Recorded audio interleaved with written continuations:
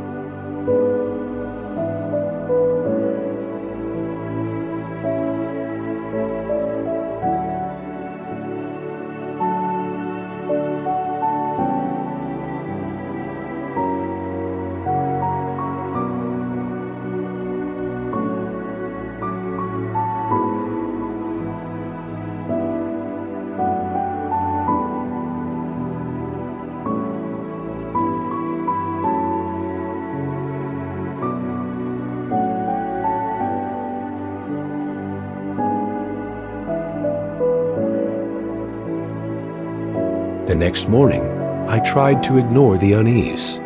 I told myself I was overthinking. Villages were always full of gossip and superstition. My grandmother's letter was probably just her way of telling stories, but the village didn't let me forget it. The first incident happened 2 days later. I was walking near the banyan tree at dusk, listening to birds settle into silence. I noticed fresh soil near its roots, like someone had dug and covered it again. I knelt and touched the dirt. It was still soft. Someone had been there recently. That night, my childhood friend Sarah came over with tea. We sat on the veranda, listening to crickets. I showed her the letter. Her hands trembled as she read it. "You shouldn't have found this," she whispered. "What does it mean?" I asked. She forced a smile. "Old people write strange things. Don't think too much." But she avoided my eyes. And when she left, she glanced back at the banyan tree like it was watching her. The second incident came in my dreams. Every night, I saw the same scene.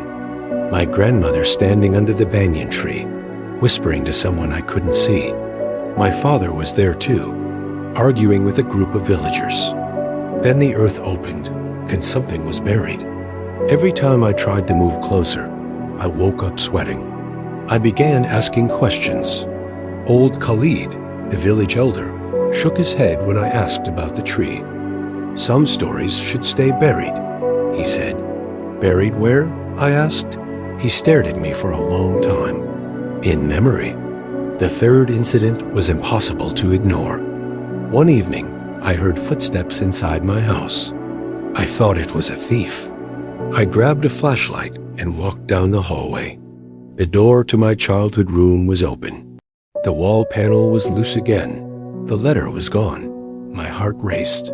Someone had entered my house silently, taken the letter, and left without a trace. No broken locks. No noise. The next morning, Uncle Rashid acted normal. He joked with me, offered me fresh vegetables, and asked about city life. But when I mentioned the missing letter, his smile faded for a second. "Some things are better forgotten, son," he said quietly. That's when fear started creeping into my bones. The village that once felt warm now felt like a stage where everyone was acting. Conversation stopped when I approached. Children stared at me with curiosity and fear. At night, I heard whispers near my house. Sometimes I saw shadows moving near the wheat fields. I decided to dig where the soil was disturbed. Late one night, I took a shovel and went to the banyan tree. The moon was thin, barely lighting the ground. My hands shook as I pushed the shovel into the earth. After a few minutes, I hit something hard. Wood? I uncovered a small wooden box. My breath caught. Inside were old photographs and a diary. The photos showed villagers, my father, my grandmother, and a young boy I didn't recognize. The boy looked scared, surrounded by adults. The diary belonged to my grandmother. Her handwriting was messy but urgent. She wrote about a child who disappeared years ago. The villagers suspected my father, but there was no proof. Then she wrote something that made my stomach drop. The boy was hidden by the village itself. My son tried to tell the truth. They forced us into silence. If Ayaan reads this, he must know what we did to survive. I felt sick. What did they do? Where was the boy? As I read, a lantern flickered behind me. I turned. Sarah stood there, her face pale. "You shouldn't be digging," she said. "Tell me the truth," I demanded. "What happened here?" She hesitated, tears forming in her eyes. The village protects itself, sometimes at a terrible cost. Before she could say more, footsteps approached, multiple people. Voices whispered my name. Sarah grabbed my arm. "Hide this. They can't know you found it." She ran away, leaving me alone with the box and growing dread. That night, I realized something terrifying. Everyone in the village knew what happened. My father knew. My grandmother knew. And they chose silence. The calm village wasn't just hiding a secret. It was built on it. I ran through the wheat fields, the box clutched to my chest. Lanterns bobbed behind me, villagers closing in. My heart hammered like a drum in my ears. "Stop," a voice shouted. I didn't. I couldn't. The banyan tree loomed ahead, twisted and black in the moonlight.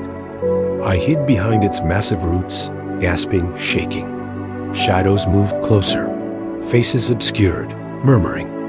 Then I saw her Sarah. Her eyes glimmered with fear and determination. "They'll kill you if you don't give it back," she hissed. "They deserve the truth," I shouted. A hand grabbed my shoulder. I spun, swinging the box. It struck Uncle Rashid in the chest. He stumbled but didn't fall. Others reached for me. I kicked, twisted, ran. Then a voice cut through the chaos calm, commanding. "Ayaan." It was my father. He stepped out of the darkness, standing between me and the villagers. His face was grim, tired, but resolute. "This ends tonight," he said. I opened the box in front of him. Photographs, diary, evidence. The villagers froze. Some turned pale. "They can't hide it anymore," I said. Uncle Rashid's face twisted in anger and fear. "You don't understand. This will ruin everything." "It already is ruined," my father said. We were silent too long. The villagers murmured, some nodding, others shaking their heads. Secrets spilled in the air like sparks from fire. Years of hidden guilt, whispered confessions, buried sins. It all came out in one heartbeat. Sarah stepped closer, holding my hand. "You did the right thing," she said softly. And in that moment, under the sprawling roots of the banyan tree, I realized the calm village I once loved was gone forever, but the truth had finally been freed. The whispers, the shadows, the fear, they all evaporated with the dawn. But the question lingered. Could the village survive honesty? Or would the weight of its secrets finally destroy it? The dawn arrived slowly, spilling pale light over the fields. The villagers gathered near the banyan tree, their faces heavy with shame and exhaustion. The air smelled of wet earth, lantern smoke, and tension. No one spoke at first. Only the rustling wheat and distant birds filled the silence. My father stepped forward. "We stayed quiet for too long," he said, his voice steady but low. "We thought protecting ourselves was more important than justice. But it's not. The boy, he deserved better. And so did we all." Some villagers shifted uncomfortably. A few lowered their eyes, ashamed. Others whispered to one another, the weight of unspoken guilt finally spilling out. Names, dates, and deeds came forward, tangled and messy, like roots of the banyan itself. Uncle Rashid didn't move. His face was pale, his jaw tight. He had been one of those who buried the truth, who enforced the silence. When I approached him, he shook his head. I did what I thought was right. I didn't know another way." Sarah stood beside me. She was quiet, but her presence anchored me. She had risked everything to help me uncover the truth. I squeezed her hand briefly, and she gave a small nod. Over the next few hours, the villagers began to act differently. Some returned to their homes with faces softer, humbled. Some cried openly, releasing decades of fear. The elders spoke to the younger generation, explaining carefully what had happened and why silence had seemed necessary at the time. The house that had once been my father's became a meeting place. We organized searches for old records, letters, and diaries. We contacted the authorities about the missing boy. Slowly, a sense of accountability settled over the village, heavy but honest. Even the banyan tree seemed different, somehow lighter under the morning sun. Its twisted branches, once foreboding, now bore witness to confession and courage. And yet, the fear didn't vanish entirely. Some villagers remained wary of each other.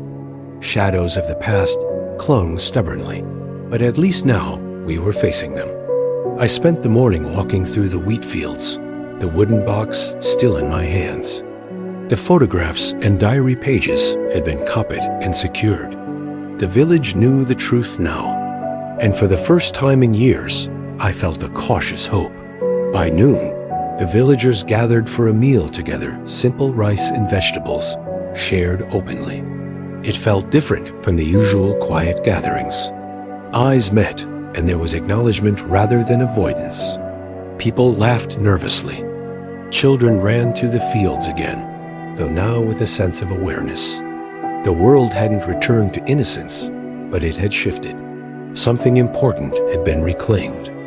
The dawn arrived slowly, spilling pale light over the fields. The villagers gathered near the banyan tree, their faces heavy with shame and exhaustion. The air smelled of wet earth, lantern smoke, and tension. No one spoke at first. Only the rustling wheat and distant birds filled the silence.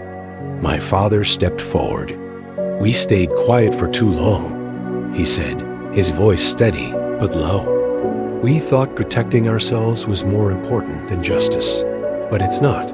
The boy, he deserved better. And so did we all." Some villagers shifted uncomfortably. A few lowered their eyes, ashamed.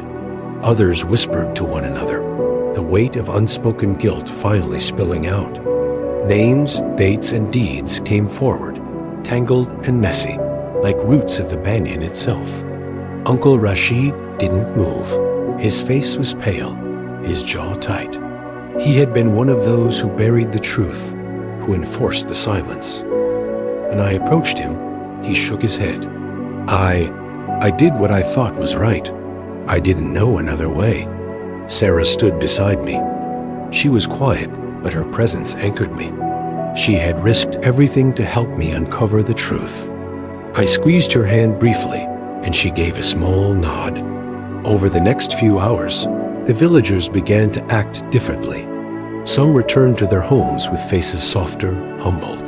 Some cried openly, releasing decades of fear. The elders spoke to the younger generation, explaining carefully what had happened and why silence had seemed necessary at the time. The house that had once been my father's became a meeting place.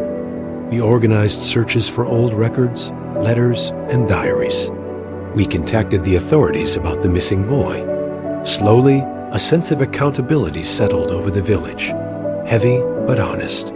Even the banyan tree seemed different, somehow lighter under the morning sun. Its twisted branches, once foreboding, now bore witness to confession and courage. And yet, the fear didn't vanish entirely. Some villagers remained wary of each other. Shadows of the past clung stubbornly, but at least now we were facing them. I spent the morning walking through the wheat fields, the wooden box still in my hands. The photographs and diary pages had been copied and secured. The village knew the truth now, and for the first time in years, I felt a cautious hope. By noon, the villagers gathered for a meal together, simple rice and vegetables, shared openly. It felt different from the usual quiet gatherings. Eyes met, and there was acknowledgement rather than avoidance. People laughed nervously.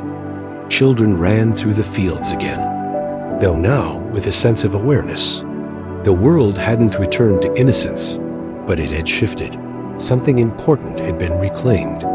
Even Uncle Rashid, hesitant at first, helped with the food.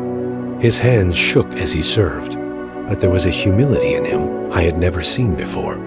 My father stood silently nearby, watching, knowing that accountability and truth were heavier burdens than silence, but lighter than guilt. I sat under the banyan tree that evening, leaning against its sturdy roots. The wind whispered, and for the first time, I listened without fear. The village wasn't perfect. It was messy, flawed, and haunted by the past, but it was real, alive, and maybe ready to heal. Weeks passed, and life in the village settled into a new rhythm, quiet but honest. The missing boy's family was finally traced through old records, and authorities confirmed what my grandmother had written. The villagers faced consequences, but they also learned forgiveness and the weight of truth. My father became a quiet leader, guiding the village toward transparency without judgment. He often walked the wheat fields alone, speaking softly to the banyan tree, as if making peace with its watchful roots. Uncle Rashid, humbled by his role in the past, spent his days helping rebuild trust, teaching children about responsibility and courage. Sarah remained close, her presence a calm strength in the village. She continued teaching, now adding lessons of history and honesty, reminding the children that secrets could protect, but only truth could heal. And me? I stayed, feeling the pull of roots and the weight of memory. The house my father left me became a place of learning, where villagers could gather to share stories, records, and warnings, ensuring nothing like the buried past could repeat. At night, the banyan tree stood tall, its twisted limbs framing the moonlight. It was no longer a symbol of fear, but of resilience and remembrance. The village was calm again, but this time it was earned through courage, reckoning, and the life-changing power of confronting what was hidden. And I finally understood my grandmother's words. Silence protects, but truth frees.